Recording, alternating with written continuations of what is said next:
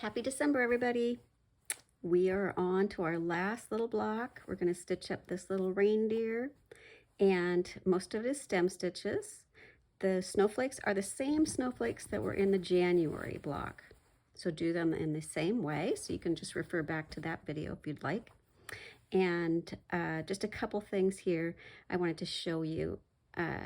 This little tail, what I'm going to do is start right at the base of the tail and then go up to the top and out to the end, take the thread under the needle, and I'm going to make a little fly stitch. And that, if I tack it on the other side, makes a nice little soft turn there for the tail. So you know I've done that for some other things like the mitten thumb on the snowman, and it works really, really well for this little tail too. Another place where you could use that fly stitch is for this little part right here on his face. So I've done his little jaw right there, and I've come up at the tip of his little grin, and I'm just going to take it to his little nose and carry that thread under the needle, and that has formed his little nose, or his little mouth there. So those little fly stitches come in handy when you're going around a really, really tight curve like that.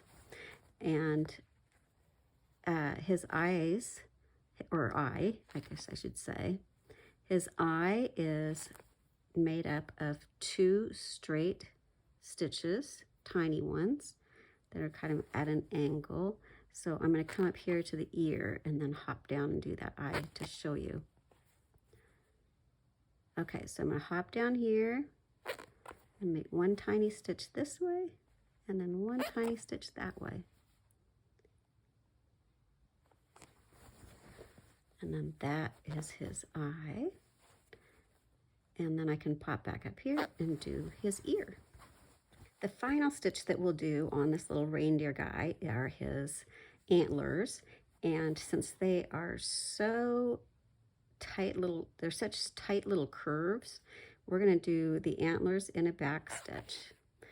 And the other thing I like about doing a back stitch for different things like this is it's just a little bit different of a weight and texture to the line of stitching.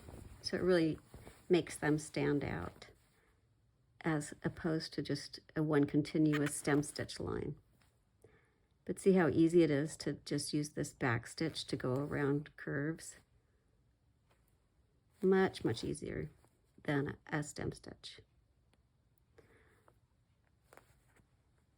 And I'm still taking pretty tiny stitches, just like a 1/16 of an inch.